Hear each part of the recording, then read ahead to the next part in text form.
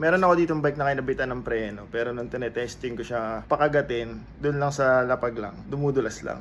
Chinek ko yung brake pad, ito yung nakita ko. Nala ko talaga yung brake pad, baka contaminated. And mukha nga, may parang dumi na nakadikit sa kanya, kaya hindi magaspang yung kinakabitan ng rotor. So dumudulas lang. Kahit anong adjust ko dun sa kable, ayaw kumagat. So brake pad nga, tatry natin linisin. Una kong gagawin, lilihahin ko siya. Isising ko lang itong part na to,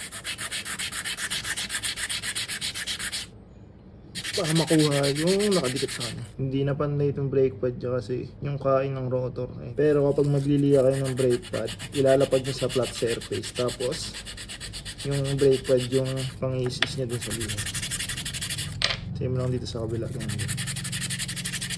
Hanggat mawala yung kulay itim. Pag pipili kayo ng liha, huwag yung sobrang kinis, huwag din yung sobrang gaspang. Para sure, syempre, gagamitan na natin ng CBT Brake and Parts Cleaner. Eto, pang motor talaga to, may nakalagay CBT, pero syempre, Brake and Parts Cleaner pa din naman siya. Palinis talaga ng mga brake pads, rotor, itong Mototech CBT Brake and Parts Cleaner. Yung dulo niya, ayan, meron na kagad. Hindi mo na need na may idugtong pa na straw na maliit. Matututok mo talaga kung saan mo siya i-spray. Napadali lang gamitin, spray lang. Yan, tapos madali rin naman siya matuyo. Then after nyan, iising ko pa ng isa. Tapos isa pang linis, okay na yan. And mas okay na siya ngayon kaysa dun sa kanina. So try natin ikabit. And lumabas na yung pinaka-surface ng brake pad. Wala na yung foreign object. Etong nasa baba, di ko masyadong inisis kasi meron siyang malalim na part. Dito nanghihinayang ako.